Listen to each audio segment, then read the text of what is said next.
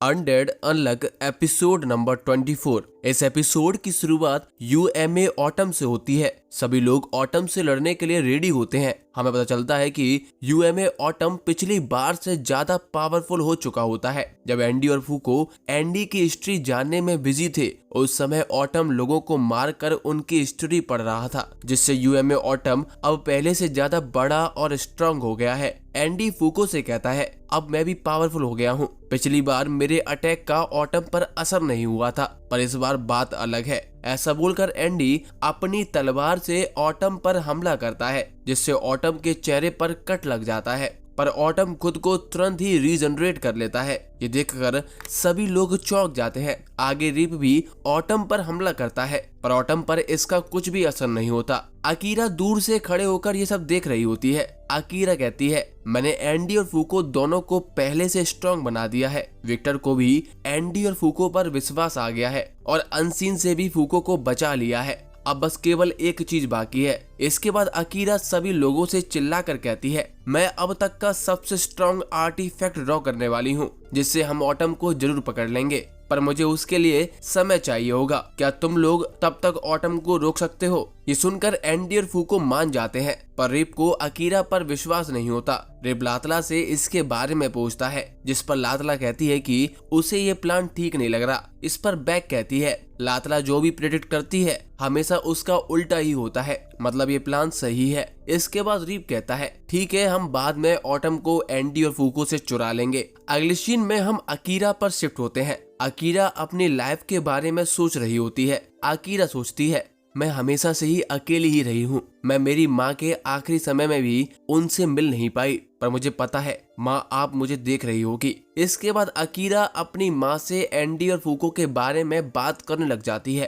Akira कहती है, Andy भले ही डरावना दिखता हो, पर वो फूको के लिए कुछ भी कर सकता है। फूको की भी लाइफ उसकी अनलक के पावर की वजह से बहुत ही कठिन थी, पर वो जब से एंडी से मिली है तब से सब कुछ बदल गया है। आगे अकीरा रीप और लातला के बारे में भी बताती है। अकीरा अपनी माँ से कहती है, मैं आपको रीप के बारे में बताना चाहती थी। रीप और लातला की पावर की वजह से लातला की छोटी बहन लैला की जान चली गई थी। रीप बहुत ही दयालु और ठंडे दिमाग का इंसान था, पर जब से लातला की छोटी बहन की मौत हुई है उसने सब कुछ छोड़ दिया है। रिप बड़े में और ज्यादा कूल लगता है। माँ तुम्हें हैंडसम कैरेक्टर पसंद थे ना, रुको मैं तुम्हें दिखाती हूँ। ऐसा बोलकर अकीरा एक टाइम कंट्रोल आर्टिफैक्ट ड्रॉ करती है। उसके बाद अकीरा टाइम कंट्रोल आर्टिफैक्ट को 15 ईयर पर सेट करती है और उसे रीप की तरफ शूट कर देती है, जिससे रीप फिर से अपने ओरिजिनल फॉर्म में वापस आ जाता है। ये देखकर लातला और रीप दोनों चौंक जाते हैं। रीप सोचता है, फैंग ने टाइम कंट्रोल आर्टिफैक्ट का यूज करके मुझे हील किया था। इसके बाद रीप तेजी से अकीरा की तरफ भागता है और कहता है, जो कोई भी इस आर्टिफैक्ट को यूज करता है उसने जितने भी साल यूज किए हैं उससे 10 गुना तेजी से वो बूढ़ा हो जाता है। जैसे ही रीप अकीरा के पास पहुंचता है, अकीरा बहुत बूढ़ी बन चुकी होती है। रीप उस आर्टिफैक्ट का यूज करके अकीरा को वापस से ठीक करने की कोशिश भी करता है, पर आर्टिफैक्ट गायब हो जाता है। अकीरा रिप से कहती है, तुम्हें चिंता करने की कोई जरूरत नहीं है, मैं वहीं वापस जा रही हूँ जहाँ मैं बिल्कुल अकेली थी। रीप, तुम्हारी पावर ऑटम को हराने के लिए बहुत जरूरी है। मैं खुश हूँ कि मैं तुमसे मिल पाई। धीरे धीरे अकीरा की एज बढ़ रही होती है और अकीरा की बॉडी पिघल जाती है, जिससे अकीरा मर जाती है। हम देखते हैं कि अकीरा के मरने के बाद वहाँ पर आर्टिफैक्ट सोल कैलिबर रह जाता है, जो अकीरा के पास था। इसके अलावा आर्टिफैक्ट जी लैनर भी टूट जाता है। जैसे ही फूको अकीरा की मौत को देखती है तो उसे अपना बचपन याद आ जाता है। फूको जब दूसरे बच्चों के साथ खेला करती थी, तब फूको के अनलक की वजह से दूसरे बच्चे चोटिल हो जाते थे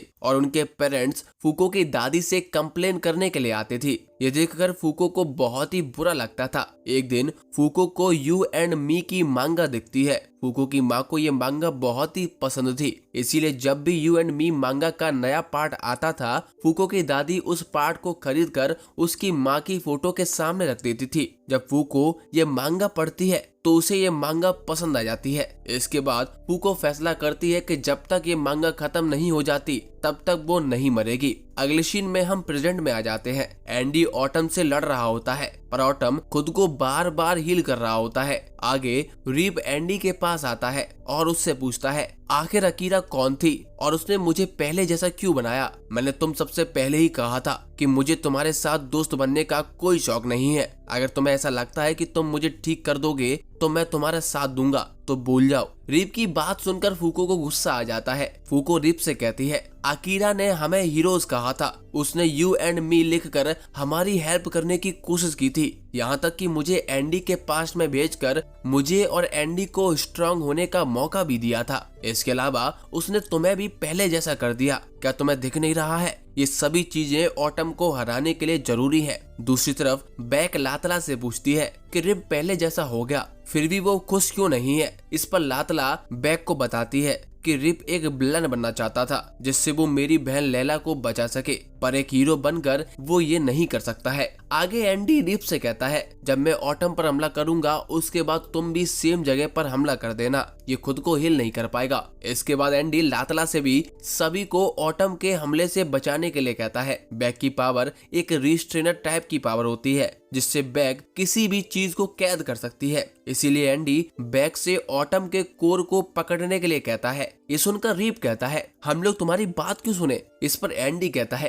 क्योंकि हम सब लोग मिलकर इसको हरा सकते हैं। आगे ऑटम की बहुत सारी स्पाइडर वहां आ जाती हैं और ऑटम के अंदर मिल जाती हैं, जिससे ऑटम फेज 2 में बदल जाता है और पहले से और भी ज्यादा स्ट्रांग हो जाता है। आगे ऑटम एंडी पर हमला करता है जिससे एंडी का पैर एक बुक में फंस जाता है। जैसे ही ऑटम एंडी को मारने के लिए आता है रीप को लैला की बात याद आ जाती है, जहाँ पर लैला रीप से कहती है तुम हमेशा से ही मेरी हेल्प करते आए हो, तुम बिल्कुल एक हीरो के जैसे हो। लैला की बात याद करके रीप ऑटम के हमलों को रोकते हुए उसके हाथ को काट देता है। ऑटम खुद को हील करने की कोशिश करता है पर उसका हाथ हील नहीं हो पाता। आगे रीप लातला से पूछता है क्या हम ऑटम को हरा सकते हैं। इस पर लातला कहती है नहीं, हम इसे बिल्कुल भी हरा नहीं सकते। इसके बाद रीप एंडी से कहता है ठीक है, मैं बस इस बार ही तुम लोगों का साथ दे रहा हूँ। फिर सभी लोग ऑटम से लड़ने के लिए रेडी हो जाते हैं।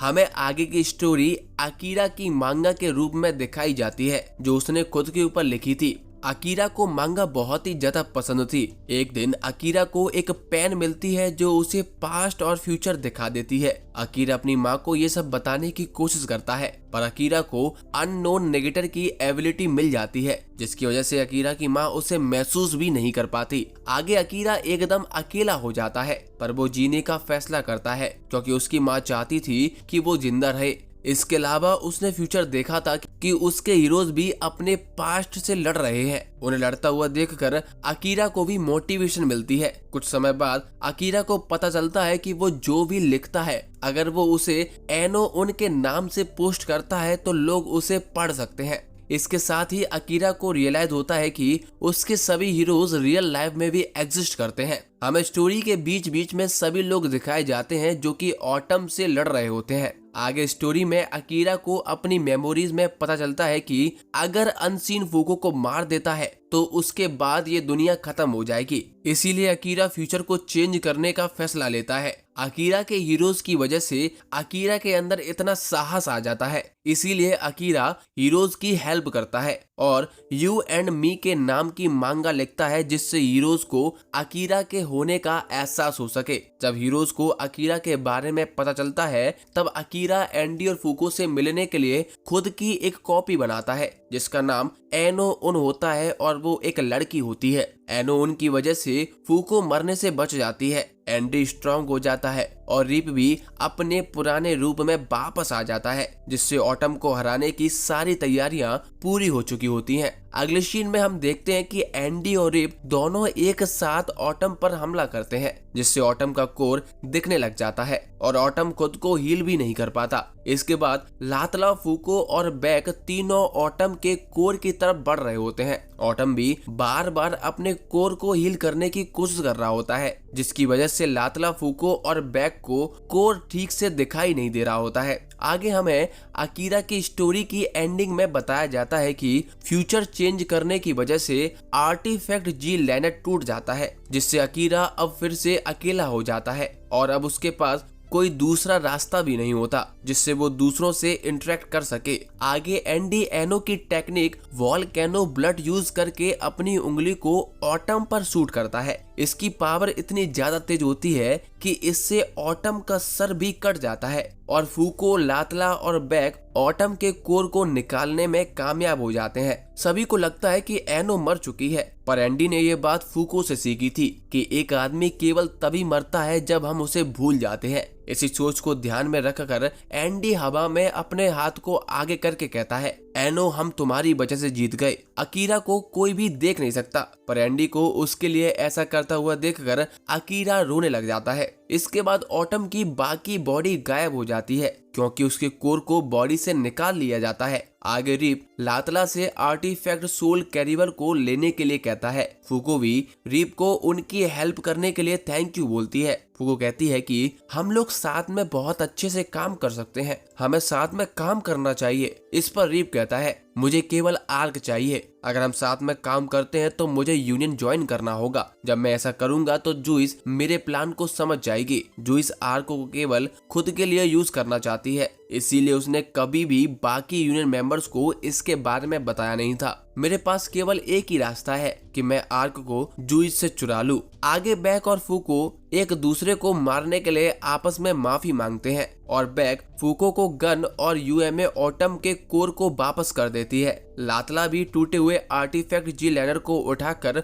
फूको को दे देती है। इसके बाद रीप, लातला और बैक वहां से चले जाते हैं। हम देखते हैं कि फूको बहुत ही ज्यादा थक चुकी होती है और एंडी के ऊपर गिर जाती है। एंडी फूको को शाबाशी देते हुए कहता है, तुमने बहुत अच्छे से काम किया है। इसी के साथ यूएमए ऑटम आर्क खत्म हो जाता है। एपिसोड के एंड में हमें बिली और जूइस एक दूसरे से बात करते हुए दिखाए जाते हैं। इसी के साथ ये एपिसोड खत्म हो जाता है और अनडेड अनलक का सीजन 1 भी खत्म हो जाता है। दोस्तों मुझे आप बताइए कि आपको ये पूरी सीरीज कैसी लगी और क्या आप सीजन 2 के लिए एक्साइटेड हैं? कमेंट जरूर करिए।